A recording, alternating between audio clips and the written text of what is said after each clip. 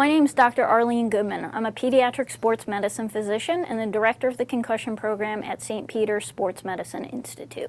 My name is Dr. Barry Tannen. I'm an optometrist who emphasizes NeuroOptometric Rehabilitation. That's a field where we deal a lot with children and adults who've had certain injuries, and one of the most common ones that I want to talk with you all a little bit today about is concussion.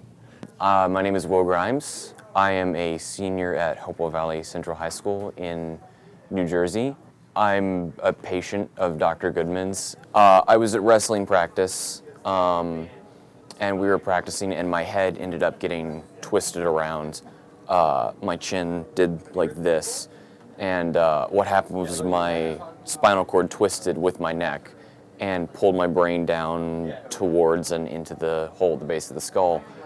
And then when my head turned back, the brain just snapped forward again and jarred around in my head. But there was no, my head never hit the mat. I never got slammed into anything, but the twisting actually gave me my concussion. Commonly, concussed students have difficulty in the school setting. Common symptoms that they'll have in the classroom are headache, eye strain, blurry vision, double vision, dizziness, light sensitivity, noise sensitivity, difficulty concentrating and remembering, and reading difficulties. The biggest one is the headache. And what it feels like is basically if you've ever had a migraine, it's a horrible migraine, but that's just your default existence. That it doesn't go away. You just live with this constant splitting headache, and then every once in a while, it gets really bad. And it gets even worse than that. It's just mind-numbing, and you can't even move. It hurts so much. They look well physically, which makes it difficult for educators, administrators, peers, and parents to fully understand what's going on with them. And concussion can have a great deal of effects on the body, as we know, but one of the things that we're learning more and more is that it can have a great deal of effect on our vision. But you can't focus your eyes well. You can barely see, 6 feet in front of you. Anything outside of that is hard to focus on.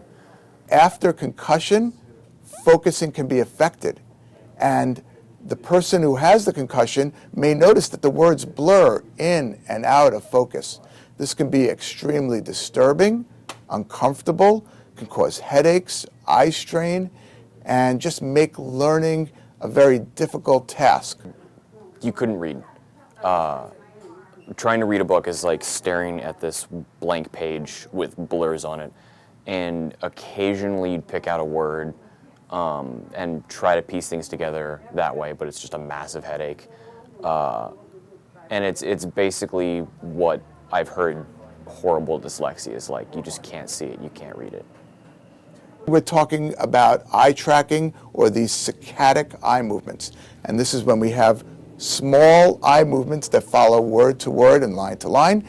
And oftentimes after concussion, we skip and lose our place, and it doesn't make sense to us. It takes us a lot longer to read. We have to reread. And we find that students in a classroom environment may have read something and they don't even remember what it was that they read, and it's taking them 2-3 times longer. It's almost impossible to function. Again, you can only see maybe 6 feet in front of you clearly. I guess depending on how bad the concussion is, but you can barely see the board. Up and down copying notes is just exhausting. Being around people is exhausting. And within 5 or 6 minutes of being in a class, you just want to pass out. Symptoms that are triggered in the school setting are walking in the hallway can give you dizziness. Also, if you're sensitive to noise, it can produce symptoms. Noise sensitivity is also an issue in the lunchroom, in music, band, choir, and shop classes, and also in some classrooms if it's loud. Just being in school is exhausting. Even walking around, copying notes, anything, it's really tiring, and you're going to want to just fall asleep within 5 minutes of doing it.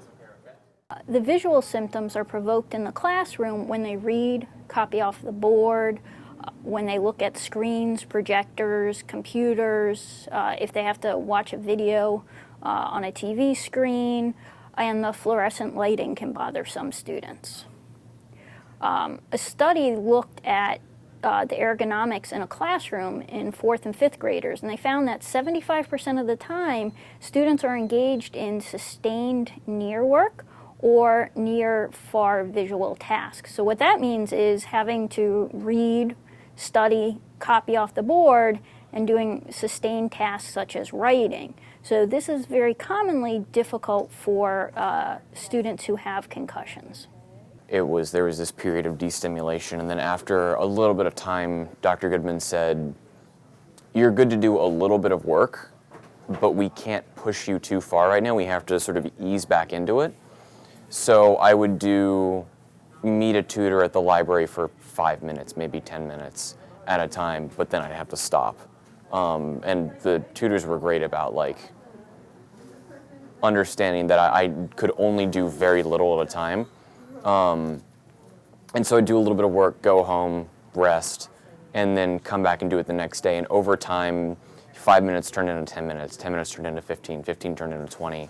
And then eventually, I think I was able to do almost 45 minutes at a time, maybe an hour.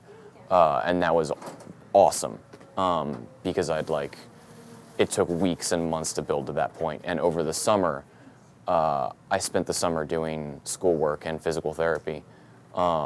And slowly worked my way to the point where I felt comfortable enough to go back to school, but with accommodations. Students commonly need accommodations in the classroom. So the first thing that they need, and the most important thing, is they need a copy of the teacher's notes or another student's note. We need to eliminate them copying from the board. That is the thing that provokes the most symptoms. Next, what they need is, if possible, larger font makes it easier for them to accomplish their schoolwork. They need extra time to complete tests and assignments. On tests, sometimes they do better if you give it to them orally. They need to not fill in the scantrons.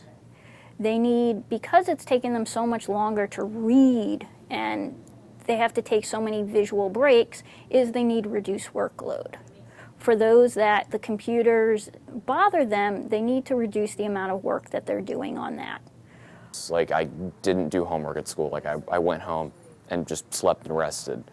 Or, having more time on tests, or having the teachers print out the notes for us from the board, or for me from the board, because I couldn't copy them down very well. And then slowly over time, sort of easing back those accommodations and adding a little bit more work here, a little bit more work there, trying to get back to a normal state. But it took a lot of time. For those who have symptoms that, last more than a few weeks, we can actually do physical therapy. So what we do is some vestibular ocular therapy that addresses the issues that Dr. Tannen went over, plus balance and dizziness. Now, in the majority of kids, we can get them better doing that. But there is, a small group who then need to actually go on to vision therapy in order to get their symptoms to resolve. It wasn't even really until this year that I've fully tried to drop the accommodations. I was mostly accommodation free by halfway through junior year. For most concussed students, they're only going to need accommodations for the first few weeks. And 80%, their symptoms will resolve within 3 weeks. However, there is 20% that will go on past a month. For those kids, you need to really work with the physician and or concussion specialist to individualize the plan to maximize their ability to be in the classroom. It does get better. So yeah, you just keep plowing through it. That doesn't mean putting your head down and be no, I can do this, and doing everything. It means, having the patience to scale back and to, not do things, and maybe not go hang out with your friends, or not read a book, or not go on the internet and play video games, or not go to school and see your friends, or not play sports. You have to recover, you have to give up a lot. and then slowly over time, like, earn little bits and pieces. It's been our experience that when students are not provided with the appropriate accommodations, that their symptoms linger.